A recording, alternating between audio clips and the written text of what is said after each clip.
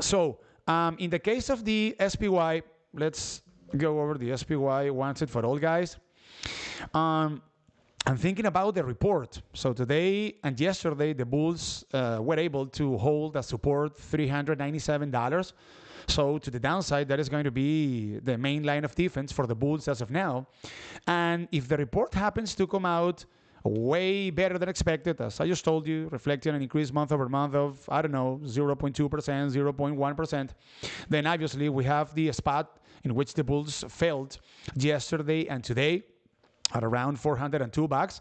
And if we happen to see a massive rally tomorrow, then why not $410, guys? Who knows?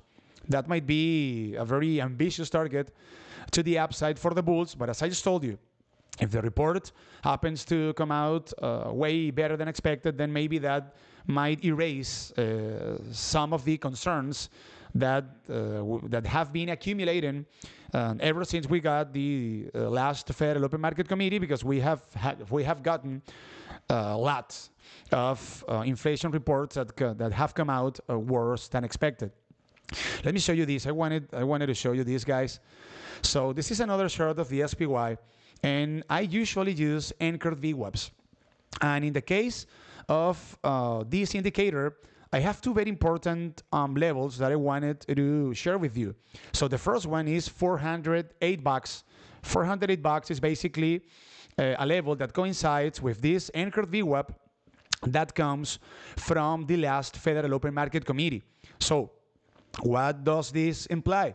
That if tomorrow we happen to see a very positive reaction after the core PCE is posted, then I'm thinking that if we happen to see a massive rally, the bulls are very likely to find a very important resistance right at $408-ish.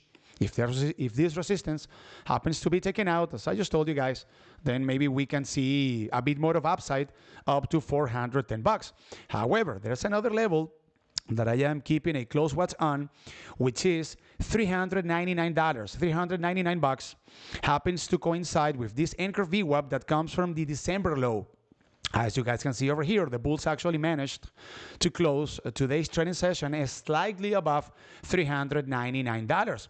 So I'm thinking, and despite the fact that the SPY is still in an uptrend, as you guys can see over here, crude uptrend, unless they can hold this downward sloping trend line that comes from all-time high, and as long as they remain trading above the 200-day moving average, we can make the case that the SPY is still in an uptrend. But regardless of that fact, I'm thinking that if the bulls happen to lose this level, $398, and if they happen to close, let's say tomorrow's trading session, or maybe next Monday's trading session below $398, this is going to be very, but very negative, because as I just told you, we are talking about an anchor VWAP that comes from the December low. So this is a very important spot that I am going to be keeping a close watch on. Let me show you here a 3-year chart. So take a look at this trend line that comes from all-time high. The bulls failed right at this trend line on 1, 2, 3, and 4 occasions. They managed to burst above this downward sloping trend line in late January. So I'm thinking, this is my personal opinion, and obviously I could be mistaken, that if they happen to lose this support at around $394-ish, and mind you, this downward sloping trend line that comes from all-time high happens to coincide with the 200-day moving average, which is a very important moving average. I think that this is going to be very, but very negative for the bulls, and we might see further downside. I'm thinking that we might see a drop down to 385, 384. We are talking about a previous support back from mid-December. So these are the levels that I am going to be keeping a close watch on in the case of the SPY. We are still in an uptrend, so the SPY is innocent until proven guilty. But the bears have made decent progress in the most recent trading sessions, and maybe with the core PCE tomorrow, we are going to see the SPY either definitely break into the downside, or maybe seeing a let's say a decent rally, as I just told you, up to $408 or $410 approximately. So put those levels on a sticky note, guys. in my opinion. What did you see to make you want to do a call on Tesla this morning? It was holding. Let me show you. Let me go over Tesla. The trade was wrong, guys. And if you guys remember, I told you in my pre-market commentary that I can actually pull that information up over here, guys. Let me show you. I mean, I thought, because that's a good question, that John Golimbisky is asking me. Sorry, bro, I might be butchering your last name. So let me show you what happened in the case of Tesla and why my trade was wrong. That's a good question. So if you guys took a look at my pre-market commentary earlier on today, take a look at the levels that I told you guys about in the case of Tesla. So let me see. I have here my pre-market commentary. So take a look. I told you guys. I mean, at the end, I was right, but I took the trade ahead of time. So I told you, okay, getting Tesla calls in case of a pullback. Okay, watch out for Tesla consolidating above $204. And then I told you guys, in case of a pullback, $196.60 is a possible spot for a bounce back up. So this was posted earlier on today in my channel. So Tesla pulled back today, guys. And what spot did Tesla find support at? $196.40. My number was right. However, what happened here? So let me pull up here a 5-day, 5-minute chart. Take a look. This morning, when I entered the trade, Tesla was holding yesterday's high as support. It was hovering around, or it was trading above, slightly above $203. So what did I think? That since yesterday's high was acting as support, I thought that the bulls were gathering momentum. Were gathering momentum in order to make another push higher and maybe fill the next gap up to $209, which is a previous resistance back from mid-February. So this is what I thought. But the trade ended up being wrong. And on top of that, guys, when I took this trade, the SPY was holding $401 pretty well, and NVIDIA, which was supposed to be the leader of today's rally, was holding $230. So the triple Q was very stable. The SPY was holding yesterday's high as support. Tesla was holding yesterday's high as support, and I thought, okay, so I am in front of a previous resistance that now is acting as support. We might go higher. The trade ended up being run, and I ended up taking a loss of $160. And guess what, guys? Tesla ended up finding support at the second number that I told you guys about in my pre-market commentary, as you guys can see over here. I told you, in case of a pullback, $196.60 is a possible spot for a bounce back up. That's exactly what happened, guys, to the penny. But, well, I took the trade ahead of time, so I was fooled by the trick, trap, fooled, and frustrated crew. So, there you go. Okay, AMD. Someone is asking about AMD. Is it clear for you guys what happened today in the case of Tesla? Or do you have any other question over here? Why my trade was run? If you have any other question, please let me know. That's a very good question. When we take a trade that was run, guys, it is always advisable to take a look at what didn't go well, in order to try to avoid making that mistake once again. Okay, AMD goes up today 4.10%, basically because of the NVIDIA's earnings report optimism. The bulls reconquered today this downward sloping 200-day moving average. This is a very good sign. So as long as the bulls remain trading above $79, again, downward sloping 200-day moving average, this might be a sign that they are gathering momentum in order to make another push higher and maybe being able to fill the next important gap up to $87. This is a previous resistance back from early February, and this is also a previous resistance back from mid-September of last year. Very important support at 79 bucks. And if 79 bucks happens to be taken out on good volume, then watch out for a drop down to 72 bucks. 72 bucks is a previous resistance back from mid-January, and this is also a previous support back from early July of last year. So easy trade over here, guys. 79 bucks is going to be extremely important in the case of AMD. RSI is sitting at 50 points, so we can make the case that AMD is neither oversold nor overbacked. So if the semiconductor ETF, SMH, keeps on going higher tomorrow, this could be a legit trade to the upside if this support of 79 bucks happens to be held. Let me take a look at the market structure of AMD. So what is supply and demand looking like over here? Let me see. AMD Advanced Micro Devices. So we have, this is not a good looking market structure for AMD. I would make the case, guys, that this stock went higher today basically because of Nvidia. We have a decline in demand that as of now is below also a decline in supply, but the fact that the demand is descending in a very noticeable way is not a good sign, from in my opinion. So I don't know. I would take a trade here to the upside with a very tight stop loss if 79 bucks happens to be taken out. In case that 79 bucks happens to be held as support, but if this support happens to be broken to the downside, stop loss, and that's it. We move on. In the case of AMD over here, I'm interested in AMD long over 80.50, correct, slightly above the 200-day moving average. Yeah, I do agree with that trade. Absolutely. Sure. Okay, guys, any other stock that you want me to go over? Sure, the AMD. Yeah, below 79 bucks, yes. This could be a short, no doubt about it.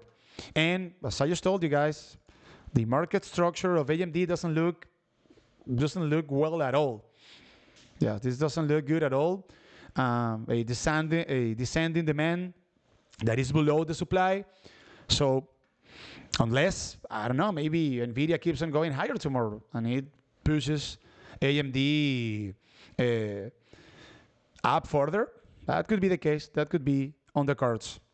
Yeah, I almost went down today, but did not get confirmation. Should have shorted, but missed it. Yeah, you mean Tesla, JV? Devon Energy, DVN. Let me take a look at DVN over here. Okay. Oh, okay. My bad. There you go. Devon Energy goes up today 2.63%. Closes the trading session at 55 bucks. In my opinion, guys, I am not a buyer of downtrends. I mean, I can buy a downtrend here and there, but always, guys, always with a very tight stop. So this is a major downtrend below all the moving averages, below the 100-day moving average, 200-day moving average. So now the question is oil going to keep on recovering? Today we saw oil going higher once again, and you guys know that oil is inversely correlated to the US dollar. So if the Dixie is going higher tomorrow once again, so that is obviously not a good sign from a mechanical standpoint in order to go long Devon Energy. I would like to see a process of consolidation, and again, this is a very ugly looking chart. I would like to see a process of consolidation slightly above 52 bucks. Devon went up today 2.63%, closed the trading session at $55. So maybe a retest of 52 bucks, and if this level happens to be held as support, could represent an opportunity to take a trade to the upside from 52 bucks up to $56, which happens to be a previous support back from early January. This is a previous support that now is going to act as a resistance from 52 bucks up to $56. This would imply a 7% profit trade. This could be a trade, yeah, over here. But in my opinion, guys, I wouldn't touch Devon Energy below $64. Ideally, let's just put it that way, because as I just told you, I don't like to trend. I don't like trading downtrends. So my, I would rather waiting for buyers to show up and push the price of Devon Energy up to $64, or maybe, as I just told you, a trade with a very tight stop at $52 if oil happens to keep on recovering. RSI on the 4-hour chart is at 43 points, very healthy from a technical standpoint. The stock of this company is neither oversold nor overbought. So not a chart that I am interested in trading. Let me take a look at the supply and demand of Devon Energy. Let me see over here, Devon Energy. Okay, what is going on over here in terms of demand and supply, buyers versus sellers? We have a descending demand that is way below the supply, and the supply is actually above average. Not a good looking market structure for Devon Energy. So we might still see more downside unless, as I just told you guys, this is a highly dependent stock on oil. If oil keeps on recovering, then maybe Devon could be bursting above $56-ish. Is a possibility. Thank you, sir. Great analysis. I am here to help. Absolutely. Sure. So we went over Devon Energy. Let me take a look at Tesla. What could be potentially happening in the case of Tesla tomorrow, guys? It closed the trading session at $201.68. So this is still being a major downtrend. As you guys can see, Tesla is below a downward sloping 200-day moving average. That implies that Tesla is guilty until proven innocent. And let me pull up here a 1-hour chart. We have been seeing a very interesting process of consolidation, slightly above $196, which is the price, the second price that I told you guys about in my channel earlier on today. So, should Tesla keeps on consolidating above $196, this is a good sign. This might imply that the bulls are gathering momentum in order to fill two gaps to the upside. The first one up to $209, which is an area in which Tesla failed on 2 occasions recently, and the second gap up to $215. And this could happen. So Tesla, for the most part, guys, is going to depend on this support at $196.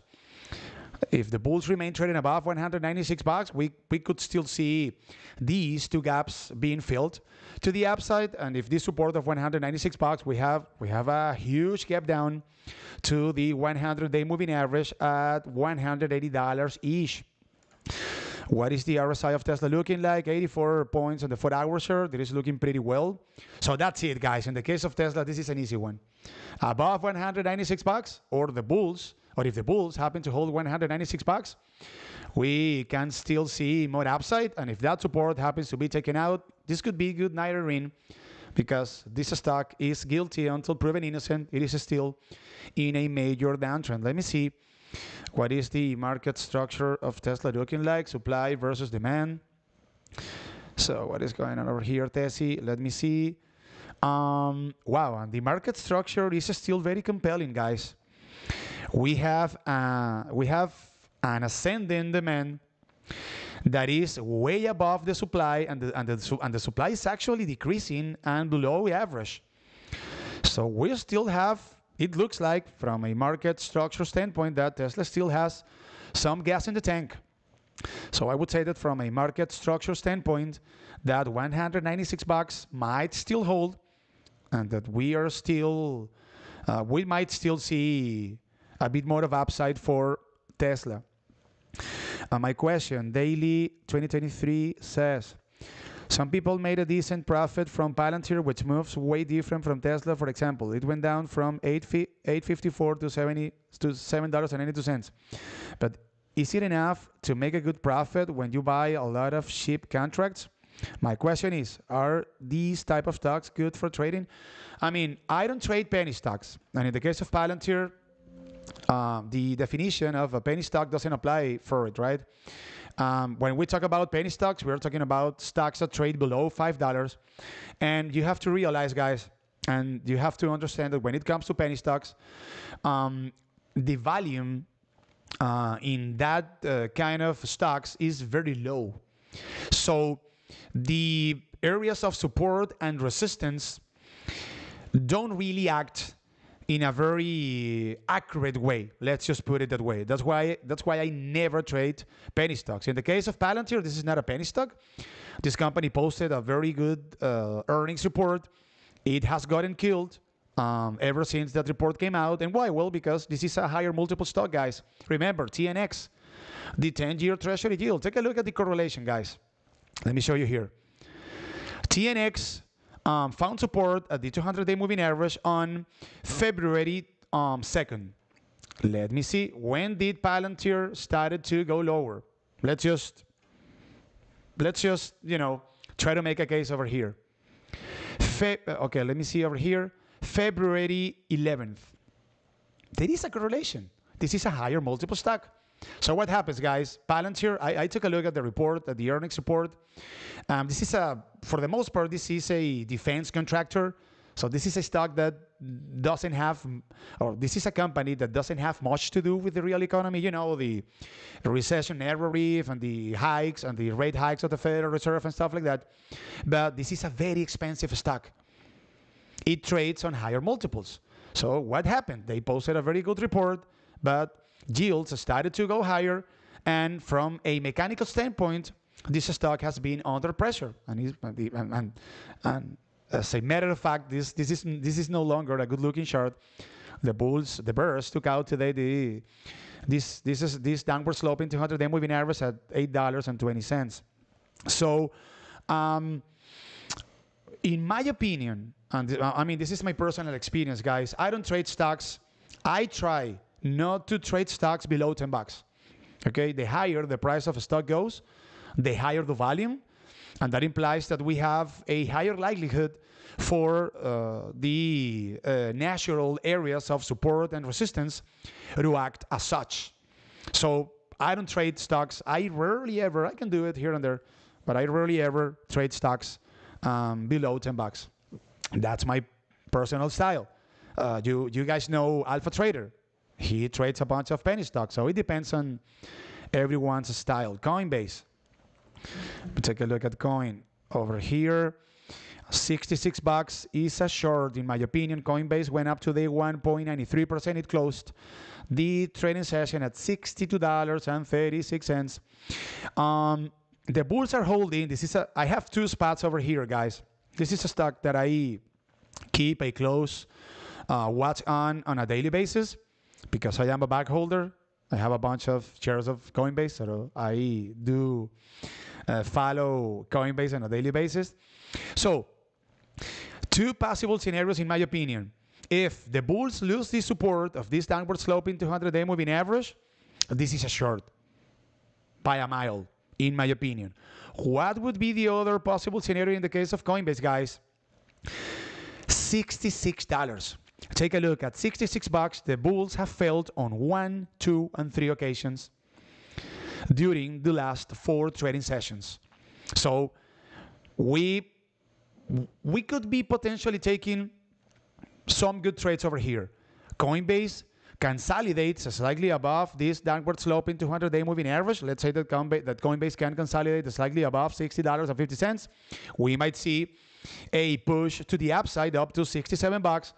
And at $67, we can get puts, in my opinion. Or if this support of $60 happens to be taken out, we have a huge gap down to the 100-day moving average at $53. So these are the two possible scenarios that I am thinking about in the case of Coinbase. Let me take a look at buyers and sellers, supply and demand. Let me see over here. So buyers are starting to step in over here. We can see the demand. We can see that the demand is starting to rise. It is still below the supply, which happens to be above the average. So yeah, buyers still have a lot of work to do over here, but they are kind of stepping in after the supply collapsed 2 days ago. So this could be a sign that maybe the bulls are going to hold this 200-day moving average at $60. So those are the levels that I am watching in the case of Coinbase. Anytime, bro. Absolutely. I am over here available to help you. So just ask me any question about technical analysis, even fundamental analysis, if you want me to talk about that subject. So Coinbase, we just went over the SPY. I think that Square just posted earnings, guys. I haven't taken a look at Square. It is going up after hours a lot, guys. So Square is up how much? 7% after hours. What did they do? Let me see. Did they post a decent report? Or is this just another, artificial intelligence optimism? So EPS came in at 22 cents versus an estimate of 30 cents. So they missed on EPS. Revenue came in at $4.65 billion. And they also missed the estimate on revenue because it was at $4.59 billion. So why is Square going higher after hours, guys? So I'd like to be up substantially tomorrow, says Bert's David Koenig. I don't have any guidance related information over here. Block stop deeps after earnings as profit after earnings, and profit falls short while outlook meets expectations. Okay, so apparently the commercial guidance met expectations. So what could be happening in the case of a Square tomorrow, guys? Let me see over here. Well, the bulls are trading above the 200-day moving average. RSI is at 61 points on the 4-hour chart. Next gap over here would be up to $83, which happens to be a previous resistance back from mid-February. This could be a potential spot in order to get some puts of Square. The bulls already failed at $84 on February 15. They also failed in late January. And in the case of a pullback, we can expect, if we happen to see a pullback tomorrow, we can expect buyers to step in near $76. This is a previous resistance back from mid-September of last year. And this is also a previous resistance back from mid-November of last year as well. That also, by the way, happens to coincide with this 180 SMA and the 4-hour chart. So these would be the levels that I would be keeping a close watch on in the case of a Square. Let me take a look at supply and demand, buyers versus sellers. So we have an ascending demand that is below the supply. However, the supply is decreasing and below average. So from a market structure standpoint, we can make the case that, we can confirm that there are some buyers out there interested in trading Square. Would you be able to give us your main and side watch for tomorrow? I don't have a watch list. At this point, I always, work on my watch list. First thing in the morning. So I don't. I always wait for the pre-market to open at around 4 a.m. Eastern Standard Time before starting to work on my watch list. I don't know. Tomorrow I am going to be keeping a close watch on, obviously, the regular stocks that you guys follow. Tesla, I am going to be taking a look. I have been taking a bunch of trades lately, guys, by the way, with this stock. Lockheed Martin, LMT. I have been trading this stock like every single day in a very successful way. So this is the stock that as of now is on the very top of my watch list. But other than these two stocks, so LMT and Tesla, I'm going to be keeping a close watch on NVIDIA and Apple and so forth. But yeah, this has been the most successful trade for me and for the guys of my Patreon throughout February by a long shot. LMT. Hey Alvaro, what are your thoughts on Casco? Let me take a look at Casco. Okay, let me see. Casco wholesale. Went down today 0.85%, closed the trading session at $493. Casco is about to post earnings on February 3rd. And this is not a good looking chart, guys.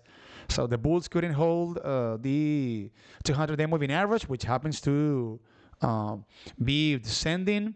They lost today once again the 100-day moving average. This looks like a short from what I see it, guys, if the bulls cannot hold tomorrow, because Casco went down today 0.85% and it closed the trading session at $493.14. So if the bulls cannot hold this 100-day moving average at $490, we have a gap down to 476-ish, we can make the case, or maybe 481, let's say, which happens to be a previous support back from mid-December. Not a good-looking short. However, on the flip side, if tomorrow we have the core PCE optimism, if we happen to get a better than expected core PCE report, and if everything shoots up higher because of a new pivot optimism or whatever it is, if the bulls consolidate slightly above $490, then we can make the case that we have a gap up to $507, which happens to be a previous resistance back from mid-February and also a previous resistance back from late January. Not a good-looking chart, but if this support happens to be held at $490, then this could be a decent trade to the upside. I would be very careful over here, and I would apply a very tight stop loss as usual, because if this 100-day moving average happens to be taken out, we have room to the downside. No doubt about it. Let me take a look at the market structure of Casco. Casco Wholesale. Let me see. And take a look, guys. We have an ascending supply that is above the average, and we can also see over here an ascending demand. However, this ascending demand is way below the supply, so I can make the case that from a market structure standpoint, sellers are in control of the stock of this company. So be careful with Casco. Okay. LSI. What is LSI? Is that a stock? Let me see. LSI. Life Storage. Okay. Goes up today 0.21%. Closes the trading session at $121.95. These guys posted earnings, or are they going to post earnings? 23rd. They posted earnings today, right? What did they do? EPS came in at $1.69. They beat the estimate of $1.07. Sales came in at $274 million, beating the estimate of $269 million, which was the estimate. So they did beat top and bottom line over here.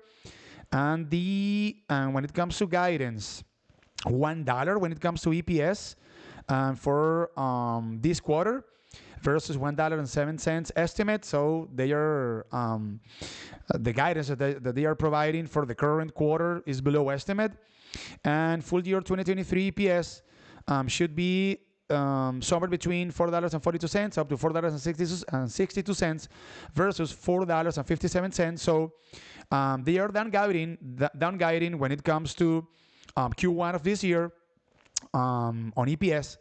However, they are up-guiding when it comes to EPS for full year 2023. So this was a very decent report, I would say. And I don't know, guys. I mean, we can make the case that this is some sort of non-academic bull flag over here.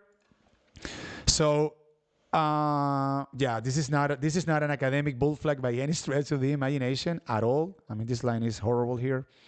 Let me delete it. But you get the point, right? Like this looks like some sort of ugly and non-academic bull flag. If Life Storage happens to burst above the upper line of this kind of bull flag, then where could this stock be heading to? Let me see, guys. Okay, let me see. So if $125 happens to be taken out, we have a gap up to $131. This is a previous resistance back from early September of last year. RSI at 52 points. They just posted a very decent report. So I would be thinking about two trades over here, guys. So either holding $120, in which case it could bounce back up and fill this gap up to the upper line of this kind of bull flag up to $125. This would be a 40% profit trade, or maybe a breakout trade bursting above the upper line of this quote-unquote bull flag. Again, in which case, if $125 happens to be taken out, we have room up to $131. This is an acceptable chart, and they just posted a decent report, a decent earnings report. LSI, let me see here, guys. So LSI Live Storage. Let me see. Alrighty. Okay. We have a descending demand that is below the supply, but the supply is also descending and it is below average. So we can make the case that both buyers and sellers are even here. It is an interesting stock. Thank you very much for bringing it up. For bringing it up. I will be keeping a close watch on this stock. Okay. Hi Alvaro, you did that course too fast. Please show again and explain the two sections again. Was I too fast? Really? Going over Casco? Okay, let's do Casco again quickly over here. Let me see. So, above $490, we could be thinking about a trade to the upside. As I just told you guys, maybe up to $507. And if this 100-day moving average happens to be taken out, we have a gap down to $481. In a nutshell, okay? The sentiment chart, my bad. Okay. Not a problem, Casco. Okay. Wow, guys, we're 44 minutes in. Jesus Christ, time flies. In the case of Casco, we have an ascending supply that is above the average, as you guys can see over here. Remember, when it comes to this chart of the market structure, on top you guys can see the demand, as you guys can see over here, the demand, and on the bottom you guys can see the supply. So we have an ascending supply, so we have more sellers. The supply is above average, and we have a rising demand, but as of now is below the supply. So I can make the case from a market structure standpoint that sellers are in control of Casco. So maybe this 100-day moving average at $489 might not hold. I think so. Coca-Cola. KO. I think that I am going to wrap it. I am going to be wrapping it up here. If you guys have any other suggestion, please let me know. We are already 45 minutes in. Jesus. And you guys know that I live stream throughout the whole training session, but in Spanish. You guys know that this is a bilingual stock market channel. That is actually the name of the channel, of my YouTube channel. And I live stream throughout the whole training session, taking trades with my guys from 9 a.m. up to 4 p.m. So when I go live with you, I'm destroyed. Like exhausted. So if you guys noticed any imprecisions here and there, please forgive me for that. But at this time of the day, I'm exhausted, guys. Okay, Coca-Cola goes up today 0.18% closes the trading session at $60.09. I don't know, the chart doesn't say much, guys. We are below, or Coca-Cola is below the 200-day moving average, below the 100-day moving average. We can make the case, if we want to be generous with this ticker, that the bulls are trying to consolidate slightly above $79. And mind you, guys, this is a very defensive stock. So if at some point in time we happen to see a rotation back into defensive stocks, you know, the Coca-Colas of the world, the Procter & Gamble's of the world, the PepsiCo's of the world, and so forth, this stock might be getting, once again, some love. But as of now, that hasn't been the case, because ever since this year started out, we saw a massive rotation from the winners of last year into the losers of last year. But keep in mind that if the 10-year Treasury yield keeps on going higher and the Dixie keeps on going higher, we might end up seeing defensive stocks outperform growth-oriented stocks. Just keep that in mind. From a technical standpoint, I don't know, guys. Maybe a retest of $59 could be a spot in which we could be getting calls with a very tight stop, because if this support happens to be taken out, we have room down to $57 or even $56.50. So maybe a retest A successful retest of 59 bucks could let us take a bounce back up trade up to the 200-day moving average, 61 bucks. This would be a 4% profit trade, nothing to sneeze at. I would rather, because, guys, again, and I must be sounding like a broken record, I don't trade downtrends. I don't like buying downtrends. I would rather see buyers stepping in, and therefore Coca-Cola bursting above this 100-day moving average at $60.50 and starting a process of consolidation slightly above that area, in which case the bulls could be gathering momentum in order to make another push higher and maybe fill this next gap up to $63.58. Previous resistance back from early January. RSI at 52 points, healthy from a technical standpoint. We can make the case that Coca-Cola is neither oversold nor overbought. So, yeah, that would be the plan in the case. The plan in the case of Coca-Cola, the technical chart doesn't say much. Actually, let me take a look at the market structure of Coca-Cola. There you go. Let me see. So we have an ascending supply that is about to burst above the average. But as of now, we still have buyers in control because the demand is above the supply. So, yeah, maybe this support of 59 bucks could be holding. Absolutely. First Solar. CH is asking. Let me take a look at First Solar. Okay. FSLR. Okay. Goes up today 1.20%, and it closed the trading session at $165.58. Well, guys, something that catches my eye. So this is a very expensive stock, you know, P ratio wise and stuff. But Enphase Energy has gotten absolutely killed throughout this year, even though they posted a very good earnings report. And in the case of First Solar, which happens to be the same business model and stuff, take a look. This stock is near the highs. So wow, this shows an important, and this was a winner of last year that wasn't affected by the rotation from the losers of last year into the from the winners of last year into the losers of last year. So this is a very, very good sign from a technical standpoint. That implies that the markets do like the stock of this company a lot. $163. Important support. We're talking about a previous support back from mid-January, and this is a previous resistance back from early February. Any process of consolidation slightly above $163 is a very good sign. This is a very good looking short, clear uptrend above all the moving averages. We have an upward sloping 200-day moving average, upward sloping 100-day moving average. So any process of consolidation over here could be a sign that the bulls are about to make another push higher in order to basically fill the gap up to all-time high at 181 bucks. An area in which they have felt on 3 occasions recently. Very good looking chart. Jesus Christ. Do you guys see what I'm telling you? What chart do you guys prefer trading? First Solar or, I don't know, Palantir? You guys tell me.